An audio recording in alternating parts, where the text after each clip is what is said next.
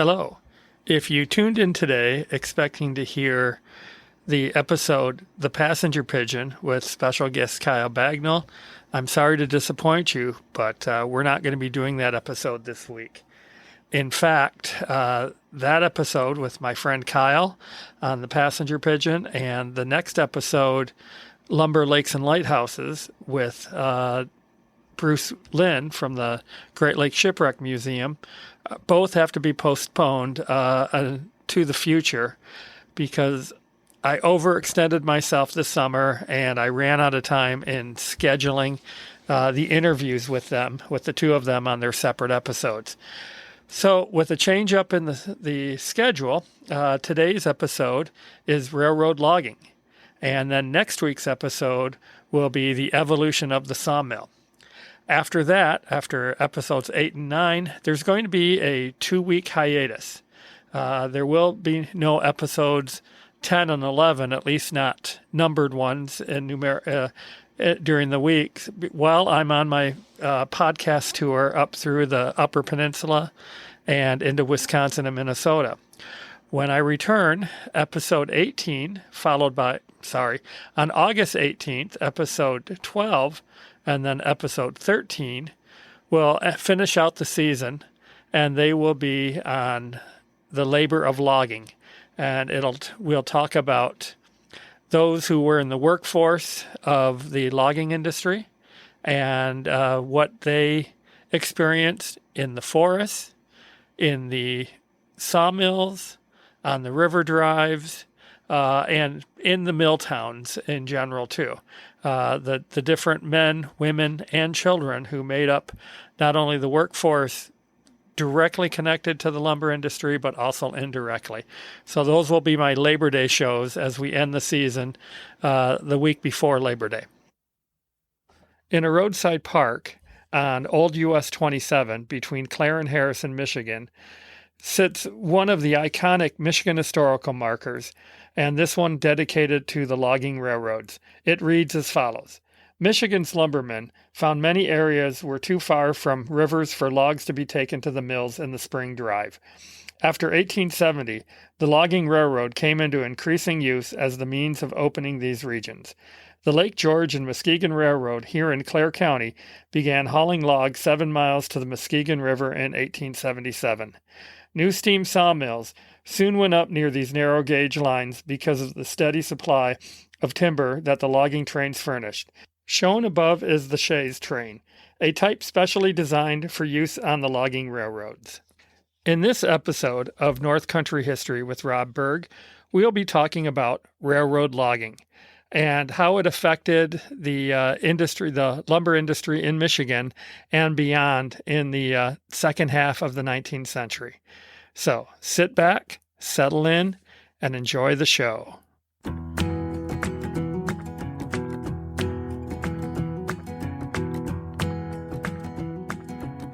North Country History with Rob Burg, your podcast on the forest history of the Great Lakes region.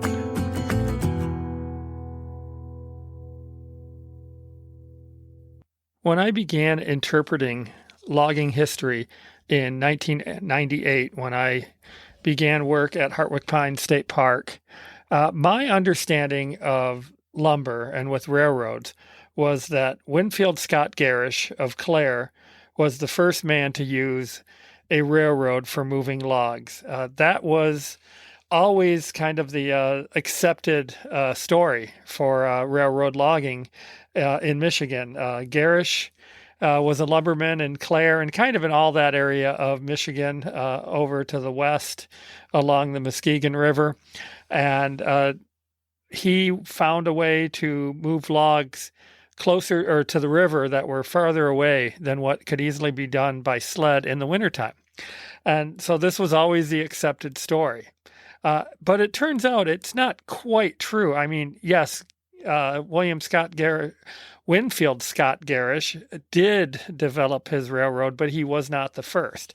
But just so those of you who are not familiar with Scott Gerrish's lumber railroad, the earlier mentioned Lake George and Muskegon railroad, the one that the Michigan Historical Marker mentions, I'm going to give you a little bit about the history of Winfield Scott Gerrish's logging railroad as it was written by Roland Mabey in Michigan's White Pine Era, a source I've used previously on the podcast.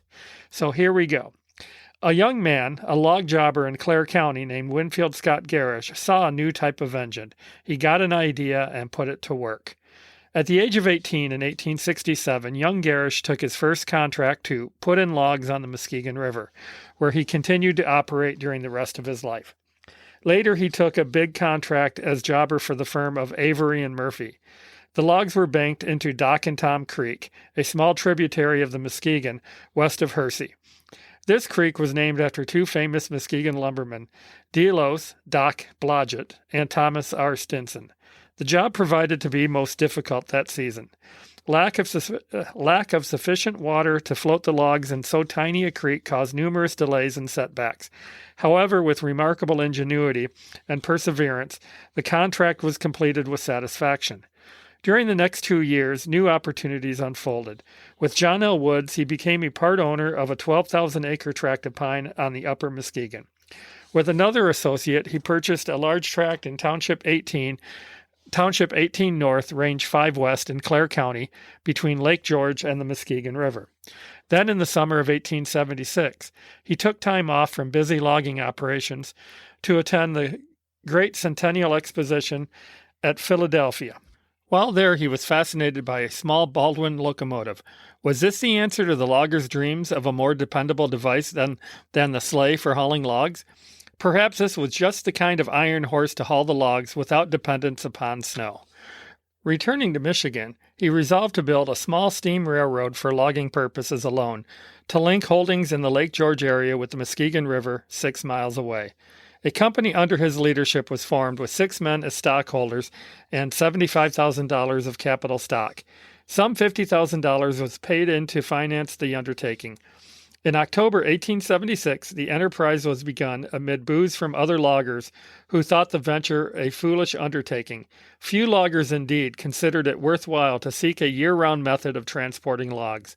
The Lake George and Muskegon River Railroad, when completed, cost $38,390 and consisted of 2 H.K. Porter Company locomotives and 50 logging cars.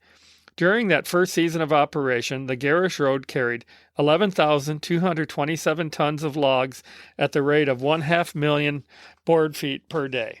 While other loggers during the season of 1877 were struggling with the worst sleighing conditions in a decade, the peppy little Gerrish line alone succeeded in putting most of the logs that were banked into the Muskegon River that season. The brilliant success of the Lake George Railroad created a sensation in the lumber trade. During its first year of operation, this road carried some 20 million board feet of logs. In 1879, it carried 114 million. In 1882, 32 of these narrow-gauge logging railroads were constructed in Michigan, and by 1889 there were 89 such logging railroads in operation, totaling almost 450 miles of track. The little iron horses had indeed fulfilled young Gerrish's dreams. They were a spectacular success, and a new era had begun. This is what you would learn about logging in Michigan when it came to railroads, was the story of Scott Gerrish. But very few know that Gerrish was not the first one to attempt logging railroads in Michigan, but that he was the one who would kind of become the first very successful logger to be using a railroad for transporting the logs. There were others that came before him, and then there were others that would come after him. So today we're going to talk a little bit about railroad logging in Michigan. It is my focus, as I mentioned, but we know that this was not the first place that railroads would be used for logging. Pennsylvania had them as early as 1864, as I mentioned in my Pennsylvania episode, Penn's Woods. So today we're going to talk a little bit about some of the origins of logging railroads in Michigan and talk about the most successful contribution to logging railroads by somebody from Michigan. So first I'm going to talk about Blendon Landing. And comes from a article in the Michigan Archaeologist, a journal of the State Archaeology Association. And this one was written in, I don't have the publication date, but it was written by Carl Bajema and Janet Brashler of Grand Valley State University. And I had a chance to meet Carl Bajema a number of years ago. He's unfortunately passed away in 2020, but he was a longtime professor at Grand Valley State University. And he was not a historian, he was a historian. He was not a history professor. He was a biologist, but history was one of his passions, and including Blendon Landing, which the site of this early logging town on the Grand River west of Grand Rapids was located very close to the modern-day campus of Grand Valley State University. And Professor Bajema I met through the Historical Society of Michigan a number of years ago. I don't remember exactly when. And he was the one who first told me about Blendon Landing, which was a particular interest in his, although he was not the first academic to study the site. But that one was Richard Flanders, an archaeologist at Grand Valley State College, the original name of Grand Valley State University. But Carl Bajema wrote in this paper with Janet Brashler about Blendon Landing, a middle 19th century logging railroad, sawmill, and shipyard village in West Michigan. So I'm going to read excerpts of this article. I will have information on the article in the episode notes of the podcast. So this is the introduction to the paper. Blendon Landing, located on the south bank of the Grand River between Grand Rapids and Grand Haven, Michigan, was the site of a major lumbering operation between 1856 and mid-1860s. The lumbermen chose the site that became known as Blendon Landing for a very simple economic reason. The site was to become the riverbank terminus of a 7-mile logging railroad that was built to transport logs from a 2,500-acre tract of almost solid pine to the Grand River. The land agent timber cruiser John Ball had located and purchased this land 20 years earlier for New York investors during the winter of 1836-37. The original plan was to dump the pine logs from railroad cars into the Grand River, where they could be rafted downstream and sawed by the Norton sawmill at Nortonville, just upstream from Spring Lake, then known as Mill Point. The original plan was abandoned after a year, and one of the largest sawmills on the Grand River was built at Blendon Landing. A shipbuilding repair yard was added by the end of 1860.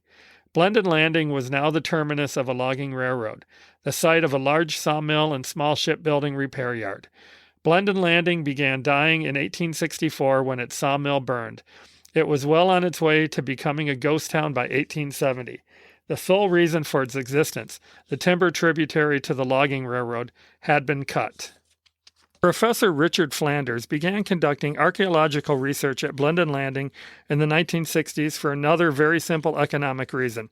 The landing is located less than 1 mile from the archaeology laboratory at Grand Valley State University and is owned by the university. Blendon Landing became one of Doc Flanders' primary outdoor field teaching sites. Professor Flanders created a field laboratory environment where college students and a wide variety of people in the community learned about the history of the area adjacent to the Grand Valley campus, as well as the methods and techniques of archaeology. As colleagues, Blendon Landing has been an excellent choice for us to study for 2 reasons. One, it is part of the regional environment where we teach. Second, the Blendon Lumber Company was the first lumber company in the United States to employ a steam locomotive to haul logs. The use of railroad technologies to haul logs affected the environmental history of forests in 2 very important ways. First, logging railroads accelerated the rate at which forests were destroyed. Second, logging railroads played a major role in the shift from selective cutting of just the larger pine trees to clear cutting, making it profitable to cut and carry away not only the smaller pine trees, but also most of the hardwoods. Professor Flanders used to like to tell the senior author that Blendon Landing was a flourishing sawmill village during the 1840s that even had its own logging railroad. The senior author smugly knew that he was wrong. Michigan history textbooks clearly stated that the first logging railroad in Michigan was built in 1876 by W.S. Gerrish to transport logs from Lake George to the Muskegon River in Clare County. To make a long story short, Professor Flanders' estimate was wrong, but he was more correct than the Michigan history textbooks. The May 6, 1857 issue of the Grand River Times, a Grand Haven newspaper, reported that Blendon Lumber Company had just placed a steam locomotive on its tracks, which would enable it to bank a very large quantity of logs daily. Archaeological evidence that documents the existence of the logging railroad includes a cut in the terrain. That is the only part of the grade located so far that has not been disturbed by plowing, and also numerous pieces of broken strap iron rail. Transporting saw logs from the stump to the mill has always been a major cost that has made many logging operations unprofitable. Overland transport by go-devils, bobsleds, sleighs, and wheels is slow and consequently expensive. At least 6 animal-powered logging railroads had already been built and operated in Michigan between 1850 and 1856, 3 in the Grand River Valley, when the Blendon Lumber Company constructed the 4th logging railroad to the Grand River in Ottawa County. What stimulated lumbermen to invest in railroad technology to transport saw logs? Lumbering became very profitable in Michigan during the early to middle 1850s for 2 reasons. First, the completion of the Illinois-Michigan Canal opened up the Prairie State's lumber market. Second, the general economic expansion boom caused prices to rise. Michigan lumbermen could not convert their standing timber into lumber fast enough to take full financial advantage of the very profitable lumber market in Chicago and in New York. Logging railroads provided lumbermen with the opportunity to move more logs daily, to extend the log hauling season beyond the winter months, and to avoid the financial disasters that accompanied open winters when saw logs often could not be moved after they had been skidded. Insects frequently destroyed much of the value of saw logs left on skids from one winter to the next. Much of the economic value of fire-damaged timber could be retrieved, but only if lumbermen could move the logs to the mill faster than the insects could attack the fire-damaged timber. The Blendon Lumber Company probably adopted railroad technology because it had to haul its saw logs a long distance, 3 or more miles, and it was going to log a large area with an estimated minimum yield of 30 million board feet of saw logs. The investors obviously predicted that the economy of scale of the lumbering operations would more than compensate for the initial investment costs, grading, ties, wooden rails, and later investment costs, steam locomotive, strap iron rails, and maintenance costs. The Blendon Lumber Company purchased a steam locomotive as it began its second season of hauling logs on rail cars in 1857. At least one Michigan lumberman may have adopted railroad technologies pioneered at Blendon Landing, when he built a logging railroad in the middle 1870s. Russell A. Alger, a shingle buyer, visited Blendon Landing on numerous occasions before the Civil War and obviously observed Blendon Lumber Company's logging railroad in operation. Alger, who was to become governor of Michigan in the 1880s, built and operated a logging railroad from Harrisville on Lake Huron into his pinery in 1876-77. This would have been the same year of Scott Gerrish's Lake George and Muskegon River Railroad. The success of Alger's logging railroad undoubtedly contributed to the rapid adoption of logging railroad technology by lumbermen in Michigan during the open winter of 1877-78. Numerous lumbermen applied railroad technologies to transport logs to streams and sawmills in Michigan and Wisconsin between 1850 and 1875. Logging railroads such as W.S. Gerrish's railroad, which delivered logs to the Muskegon River in Clare County, and Alger Smith and Company's railroad, which delivered logs to Lake Huron in Alcona County, quickly became case studies in profitable transportation of logs via rail during the open winter of 1877-78, when the lack of snow and lack of frozen ground bankrupted numerous lumbermen. The adoption of logging railroad technologies enabled many lumbermen to shift from selective cutting to clear cutting. The historical records indicated that the Blendon Lumber Company cut down numerous species of hardwoods, ash, cherry, hickory, oak, and walnut, in addition to white pine. Thus, the site may afford the opportunity for ecologists to better understand long-term effects of clear-cutting on an area and its biodiversity. Unfortunately, both the Grand Valley State University Faculty Club and farmers occupying land once owned by the Blendon Lumber Company have selectively cut the wood lots that still exist. Future investigations at Blendon will include reconstruction of the historic landscape over the last 140 years and additional archaeological excavations to locate key features at the site and distribution distribution analysis of excavated remains. So that was an archaeology report about Blendon's Landing, written in the 1990s.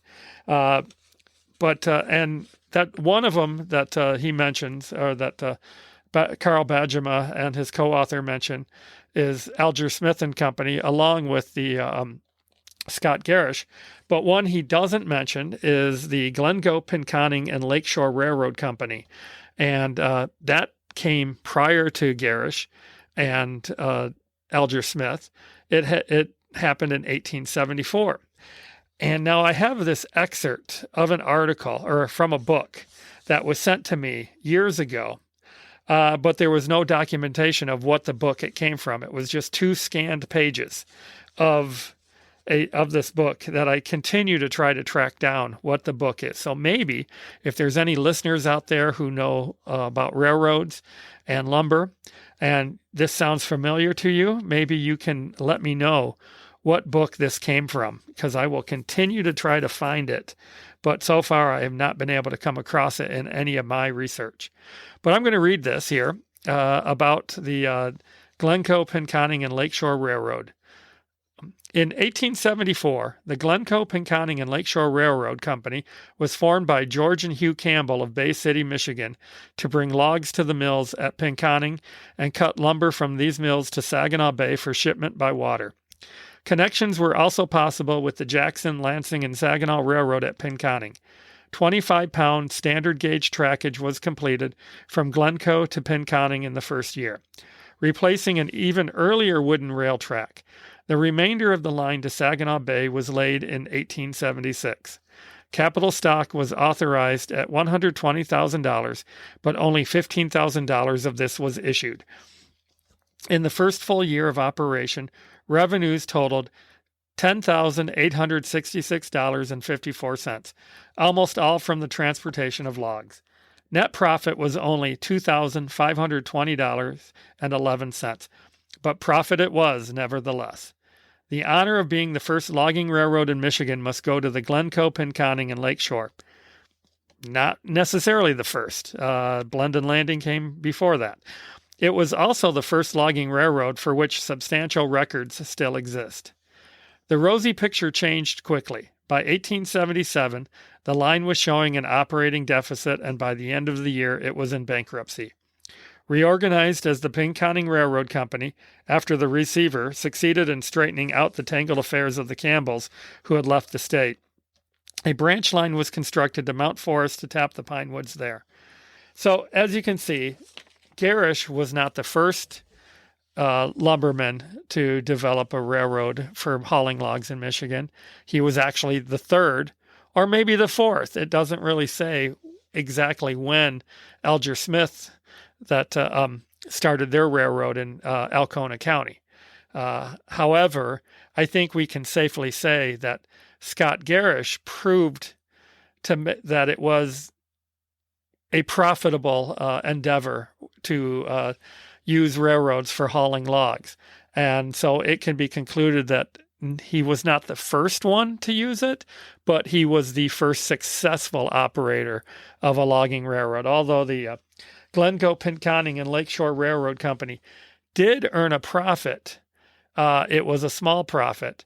But then in 1877, which this information doesn't say, was an economic depression, and that's what sent the railroad company into receivership, and thus after that died. How many of these things ended was when they kind of over invested, than what they could afford to. So railroad logging in Michigan certainly has its roots prior to 1876-77, when Scott Gerrish went to the World's Fair, the Centennial Exposition in Philadelphia, and saw his Baldwin locomotive, as the story goes. Willis Dunbar, who Carl Badgerma quotes, and then Roland Mabey, who I quote because that's the information I have always said that was the first logging railroad. But Blendon's Landing, Glencoe, Pinconning, and Lakeshore. But so now I want to turn to not one of the early logging railroads, but an innovator of a locomotive, and that would be Ephraim Shay.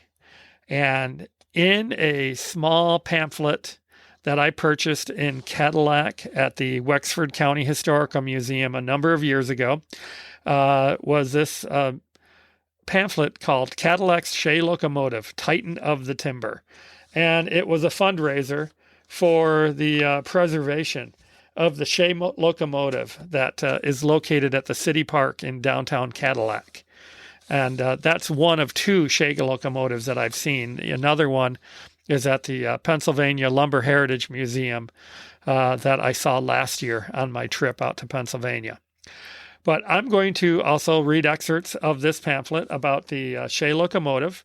And this locomotive that Ephraim Shay began, it was kind of as an extension to him getting involved in logging railroads around the Cadillac region in the 1870s. And so I'm going to read these excerpts here. The Shay locomotive, possibly more than any event, person, or thing, made possible the success of Cadillac in the late 1800s and well into the 1900s.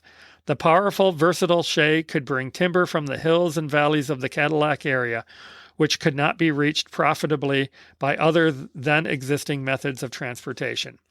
A local man, Mr. Ephraim Shay, invented this unique locomotive, which would later be used worldwide to enhance lumbering and mining.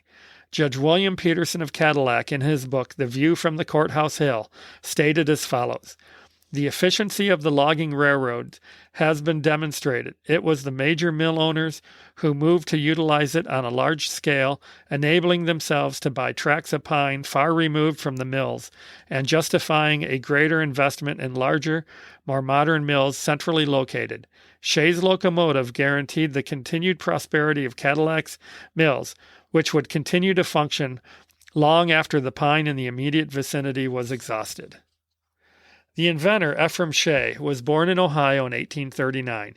He taught school and is reported to have studied medicine. In 1873, he moved to Herring Township, where he established a general store and then constructed a sawmill. Herring was 2¼ miles north of Cadillac, adjacent to the newly constructed tracks of the Grand Rapids and Indiana Railroad. In 1967, an author stated that E. Shay was a rugged man with a strong but kindly look about him. His interests ran from medicine to machinery, and he was capable of coping with almost any mechanical or engineering problem. Shay first constructed a tramway on which he used cars pulled by horses. This was not satisfactory. On downgrades, cars built up such momentum that the horses sometimes were killed when hit by runaway loaded cars. On May 25, 1877, the Cadillac Weekly News reported, E. Shay has built nearly 2 miles of railroad track, and William Crippen, the Cadillac machinist, is building a locomotive to run the logging trains. If Shay's plans succeed, it will greatly reduce the expense of getting out logs. His first locomotive proved to be a moneymaker, as Shay was able to get logs to the mill at considerably less cost than other lumbermen. However, this first locomotive did not contain the features that later made Shay's geared locomotive so famous. The first locomotive severely damaged the wooden tracks then in use where curves were encountered, as the rigid trucks tore the trackage from the ties. As practice practice for building the tramways and a few of the early railroads for spur lines was to string long pine rails on the ties and then cap them with strips of hardwood. It was the ingenuity of Shay that produced a locomotive that solved the transportation problems encountered in the Herring area, where it was necessary to have a locomotive that could be used on sharp curves, temporary and sometimes undulating trackage, and with sufficient power to haul loaded cars over steep grades. While the exact date of the first use of Shay's new geared locomotive is not known, it was within a year or two of his use of the first rigid rod drive type. The area logged by Shay was east of Herring. His original cost per 1,000 board feet from stump to mill using horses was $3.50. His first horse-drawn two-truck car using maple rails reduced the cost to $1.25 per 1,000. Later reduced costs with his famous locomotive made him the envy of other lumbermen who soon took steps to copy Shay's methods of transportation. Shay's first rigid drive locomotive, as well as his first geared locomotive, were manufactured in a foundry and machine shop established by William Crippen. They were near the Grand Rapids and Indiana Railroad right-of-way near the west end of Bremer Street in Cadillac. From 1877 to 1879, Shay spent considerable time experimenting with various propulsion ideas and finally came up with the 4 unique features that made Shay and his locomotive so famous. After Shay had developed his geared locomotive, he not only had solved his own transportation problems in getting the logs to his mill, but he also found a great deal of interest by other lumbermen in securing similar transportation for their logs. Cadillac's Michigan Iron Works manufactured locomotives using the Shay features in modified form, and Crippen also made similar locomotives.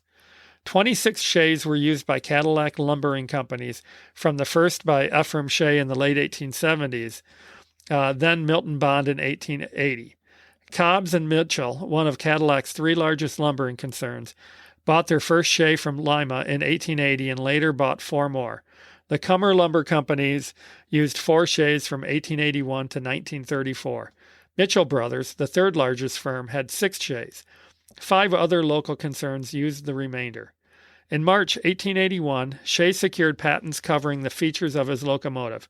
He had already provided manufacturing rights to the Lima Machine Works of Lima, Ohio, which was later to become the country's major locomotive manufacturer, due primarily to its early production of the Shay.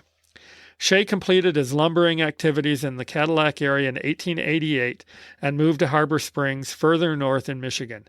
There he went into the lumbering business and also built a logging railroad known locally as the Hemlock Central. I've also heard it as the Hemlock Special. Shay was also the founder of a water company for Harbor Springs, which he donated to the city. During his lifetime, he had a number of other inventions, many related to the lumbering industry. He also experimented with steamboats and built one of steel, 40 feet long. And apparently that boat has recently been restored and is owned by either the city of Harbor Springs or the Harbor Springs Historical Society. Shay died at 77 on April 19th, 1916, and was buried at Harbor Springs. So the Shay locomotive, if you look at a photo of it, and of course this being a podcast, I don't have photos, but the Shay locomotive had an unusual look to it as opposed to most steam locomotives of the time. Most steam locomotives had a big flywheel, and with a piston connected to that to smaller wheels, and that was operated by the steam power from the steam engine, and it would cause that wheel to move, and that would cause that piston to push back and forth in operating the wheels of the car. I'm not a railroad guy, so my explanation here is very simplified. I did interpret railroads and trains at my last museum job, the Stir Museum out in Nebraska. So that's how I talk to the young kids. But so anyways, that was a little different than what the Shay locomotive would do. The Shay locomotive eliminated those large flywheels and instead had internal gearing system that was located pretty much underneath the locomotive, and it went back and forth horizontally from the or across the track from one side to the other of the locomotive, and it could actually build up steam power faster than what the large flywheeled locomotives could do. And this was important when you had to go up steep inclines, it mentioned. When you're building a temporary railroad, especially a narrow gauge, you want to build it on the cheap, and you don't want to have to do a lot of infill structure for the railroad beds. If you see a modern railroad line, you see all of that ballast up on top of the embankment, all the stone, all the gravel there that the ties are mounted into. And that's going to hold firm, distribute the weight, the vibrations of the railroad, the locomotive, and the or engines as they are now, and the cars. When you're building a temporary track, you don't want to put in all that work. Just flatten it out, get a fairly even grade there, and you're good to go. So what you're going to do is that if you're going up steep hills, you're going to have a slightly steeper grade than what you see on the big standard gauge railroads. And that means get that steam going faster to get you the power to go up that hill. And then what they did with the Shay locomotives is they started to articulate that engine. So you could actually have the engine the carriages underneath be curved, and you have several of them instead of just one long one with the big flywheel and the smaller wheels attached to the big piston. You can't have smaller sections of wheel carriages on that. So you're going to, so turning that locomotive is going to be harder. You can look at a railroad car and you see where they have a front carriage and a back carriage of where the wheels are, and that causes those cars can make that turn easier, but the locomotive can't. But now with the locomotive, you can do that, and you can get around tighter turns, as it mentioned in there. And it's a smaller, lighter weight locomotive, and that means if you don't fill in that embankment, for the tracks as much as on a more permanent standard one, you're going to be able to still work a little bit on there. Now, it was not the best. These weren't passenger railroads, so you might have some people riding on there, the guys working on the railroad, hauling the logs, and maybe a few lumberjacks, shanty boys hitching a ride to town. But for the most part, these aren't passenger trains, so you didn't have to worry about it being too rough. But so the Shay locomotive, though, made it quite easy to move those logs and getting them from long distances. And there was a very much an environmental impact of logging. I already mentioned it a little bit, of that you could get more out. You could get not just those largest logs, but you could get the smaller logs. You could get the hardwoods in there along with the big pine. And this was partly due because even though these articles talk about how profitable they were still very expensive to build and to operate. And when I did the episode on the Fire Follows the Axe, and I talked a little bit about railroad logging and all of the expense for putting into the railroad in there, you had the building of the tracks, you had the purchase of the equipment. Now, it helped for somebody like Shay, who invented it, so he got it pretty cheap compared to the ones that he was selling to his competitors. But it was still expensive to have a locomotive or locomotives, having multiple ones, have all the tenders to go with it that carried the fuel, coal or wood, water for the boiler for the steam engine, and then all of the cars to haul the logs, plus the skilled men to operate it, and the men who had to maintain the railroad. All of that cost more money than trying to push logs down rivers. So that's when you looked at, let's cut everything. And if you find a tract of pine that is long distance from, the river or from your mill, that's okay. We can build the railroad out to it. Of course, more miles of the railroad track means it's going to cost more, which means it better be a large enough track to cut. And here we go again, going back to another episode, the episode on Hartwick Pines. And how did the old growth forest at Hartwick Pines survive? After the Panic of 1893 subsided and the Salling Hansen Company resumed logging at what's now Hartwick Pines State Park, there were 86 acres left of the old growth forest. And they had over 8,000 acres they had purchased in the meantime just to the north and what area became part of the park later. And so you either rebuild that rail line that had sat unused for 3+ years, and that's going to cost money, or you utilize a brand new grade that has been constructed that goes up right up through that tract of pine, and you build camps along that railroad. And oh yeah, they not only built camps along the railroad, they had railroad camps where they could transport the camp right on the railroad itself. You convert boxcars into bunkhouses and a kitchen galley using an old Pullman car. You could turn it into a kitchen, and where the cook could work at, have the cook's camp there. So you could do that. You'd still have to build some buildings in the camp, and there's archaeological remains of one of these railroad logging camps at Hartwick Pines State Park that I've seen. I can't tell you the location of it, but it was quite a large camp, and going right through the camp were the main railroad grade and then a spur going off of it.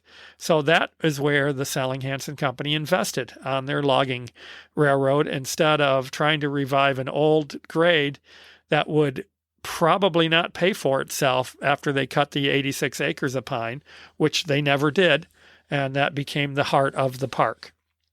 So logging really was something that, sped up the cutting of the forest. And if you go to Hartwick Pine State Park today, there's only that small stand of old growth pine. Now there's a lot of second growth there that has been reforested over the years. But of the original pine, there's now not even 86 acres. Part of that blew down in a storm in 1940. So there's less than 50 acres still standing there. And these weren't the only places either.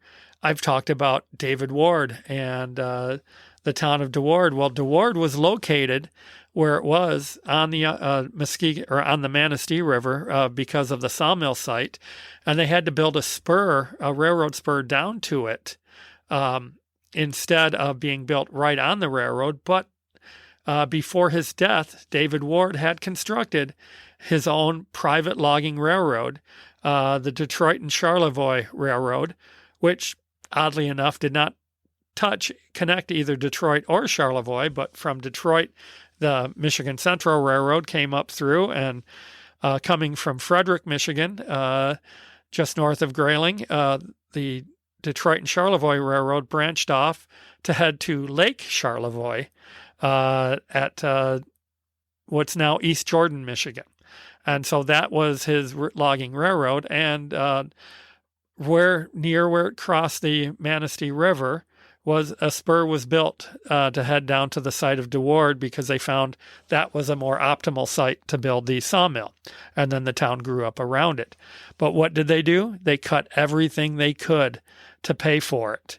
Not just for the railroad, but they had to pay for all of the town, the construction of it, the wages for the men. And it was the last hurrah of the what was called the DeWard estate, the successor of David Ward after his death. So railroads very much played a part in the logging in Michigan, and then throughout the rest of the country. The Shay locomotive, as it was taken over for production by the Lima Engine Company or Lima Locomotive Company in Lima, Ohio, was able to send those Shay locomotives all over the country, and as it mentioned, all over the world. Many of them that survive throughout the United States and probably in Canada and elsewhere was not for logging purposes, but were the ones used in mining. I know in West Virginia, there's a Shay locomotive in use for a tourist railroad, and that was in a coal mining area. Out in Colorado and other areas in the West in the Rocky Mountains, it was used for moving mineral from the mountains down to the further down to where they connected to the larger railroads or smelters or whatever they were used or there. So the Shay really was a revolutionary item. And it was, of course, created here in Michigan, Ephraim Shay in Herring Township, Wexford County, just outside Cadillac. And then he retired. Well, he moved to Harbor Springs and retired there, and where he continued to do some logging up there, but also kind of being a kind of a hobby inventor, dabbled in many other things as well. Not only was it used to move the logs out of the forest, but of course the railroad would be used to move product as well. When logging first came to Michigan, it was water transportation on the Great Lakes. Use sailing ships or steamships. You had your lumber schooners that plied across Lake Michigan, up along Lake Huron, and then down into Lake Erie to go to the lumber markets, either Chicago or to Buffalo, New York. And from Buffalo, as I mentioned in the past, it would go on the Erie Canal to Albany, New York, and then down the Hudson River out to the Atlantic coast. On Lake Michigan, everything went to Chicago. And initially, it was down the Illinois-Michigan Canal that connected Lake Michigan to the Mississippi River via the Illinois River, and there to the Mississippi and up and down the Mississippi River. But soon Chicago became a big rail center, and the Transcontinental Railroad being completed from Omaha, Nebraska to to San Francisco or that area in 1869 that opened up really the entire United States for lumber. And it wasn't just that railroad. Many would come after, but the Transcontinental Railroad could send building supplies from the Great Lakes to the Great Plains. And that will be a future episode of where some of the products from lumber, the raw material, where it ended up for building this country. And I spent almost 4 years at the Sturm Museum of the Prairie Pioneer in Grand Island, Nebraska. I almost said Grand Rapids. I get those mixed up all the time. But in Grand Island, Nebraska, where the Sturm Museum talks about the development of Nebraska, from using the overland trails to the Transcontinental Railroad, and how that really became the main transportation highway across the United States. So that'll be another episode. But back to the environmental damage. We see it. And in my episode on the Kingston Plains and my episode on Fire Follows the Axe, we talked about just the damages that happened. All of that clear cutting, and then with the slash and the fires that came after that. And it has taken, a century or more in some places for the forest to come back. So again, that's something we'll be talking about in the future. But today I just wanted to kind of cover railroad logging. And in upcoming episodes, I'll be talking about something that tied in very well, for good or bad, with the railroad was the development of more technology in sawmills, that along with the railroad of bringing more product into the mills, the sawmills, using advanced technology, were able to cut faster and cut more. And so another way that our forests disappeared quickly. And so that's all that I have for you today. So ponder that. And if you like this, please tell a friend. Again, as always, this is the best way to spread the word. And the word is being spread. More and more people are finding the podcast and listening in. As of the recording of this episode tonight, I have over 1,100 downloads now of the podcast. So maybe when this airs in a few weeks here, that the podcast will be looking at 2,000 downloads. So just keep spreading the word there. And if you really enjoy this and you want to help me out, become a supporter of the show. Click the support button on the website for the podcast, and that's North Country History with Rob Burg. www.buzzsprout.com. And on there, on the support button there, you can give as little as $3 a month up to $10 a month to help me out so I can keep this on the air.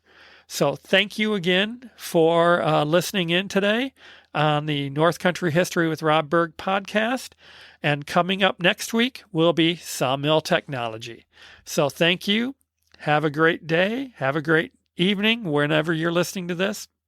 Bye.